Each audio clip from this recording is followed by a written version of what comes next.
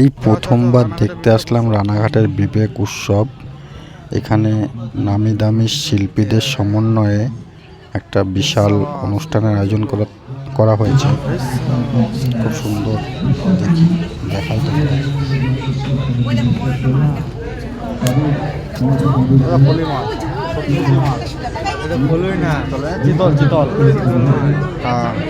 ভেতরে অ্যানিমেশনগুলো এত সুন্দর করে ফুটিয়ে তুলেছে, বোঝাই যাচ্ছে না যে এখানে একটা বড় অনুষ্ঠান। মনে হচ্ছে কোনো একটা পার্কের গ্রাউন্ডে ঢুকেছি, এত সুন্দর করেছে। চলো দেখি আরো সামনে।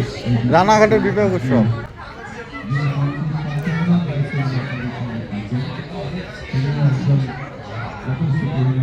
এই মেলাটার নাম তো তোমরা ভিডিওতে জেনেই গেছো। ভেতরে কাজ কিন্তু ভালো, তাই না? ভেতরে কাজ ভালো, তাই? জাল, এগুলি জাল। আরে জাল, এটা ফাইবার, এইগুলি কথা বলছি। আমি ওটার কথাই তো বলছি, জাল।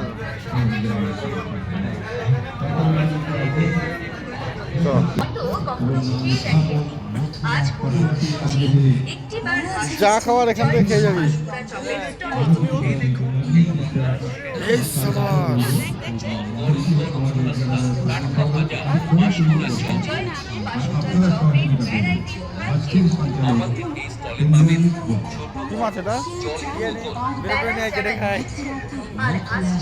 তাহলে আমরা বাংলা ও বাঙালিতে ঢুকলাম। তারা এগুলো এই উৎসবে কিছু বাঙালিয়ানা কথা আছে, সেখানে এত পুরনো পুরনো কিছু জিনিসও তুলে ধরেছে, খুবই সুন্দর লাগলো। তোমরা যদি দেখতে যাও অবশ্যই এসো রানাঘাটে।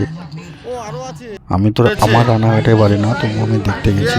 তোমরা যদি আসতে চাও অবশ্যই এসো, খুবই সুন্দর। আর বড় বড় শিল্পীরা আসছে। আমি সবার শিল্পীর নাম জানি না, কিন্তু বড় শিল্পী আসছে। আমি এই ভিডিওর মাধ্যমে তাদের ছবিও দেখাবো কারা কারা আসছে। তোমরা যদি দেখতে যাও অবশ্যই এসো। এই প্রথম দেখছি রানাঘাটের বিবেক উৎসব, এত সুন্দর। তোমরা ভেতরে স্টেজের সামনে যে গ্রাউন্ডটা, ওটা দেখো কত সুন্দর করেছে। আমি টিভিতে দেখেছি যে নামি দামি শিল্পী আসলে যে বাইরের গ্রাউন্ডটা এত বড় হয়, সেটার মতোই লাগছে। আজকে তা নিজের চোখে দেখতে পারলাম। হয়তো এরপরও যাবো, গিয়ে দেখবো। খুবই সুন্দর, খুবই বড় এরিয়া। আমার বাড়ি নবদ্বীপে। নবদ্বীপে এত সুন্দর মনে হয় আমি দেখিনি। আর কারা কারা আসছে অবশ্যই ভিডিওর মধ্যে আমি ছবিতে দেখাবো। অরিজিনাল তো আমি এখনো দেখতে পাইনি, ছবিতে অবশ্যই দেখাবো। সেজে উঠেছে আমাদের বিবেক উৎসব।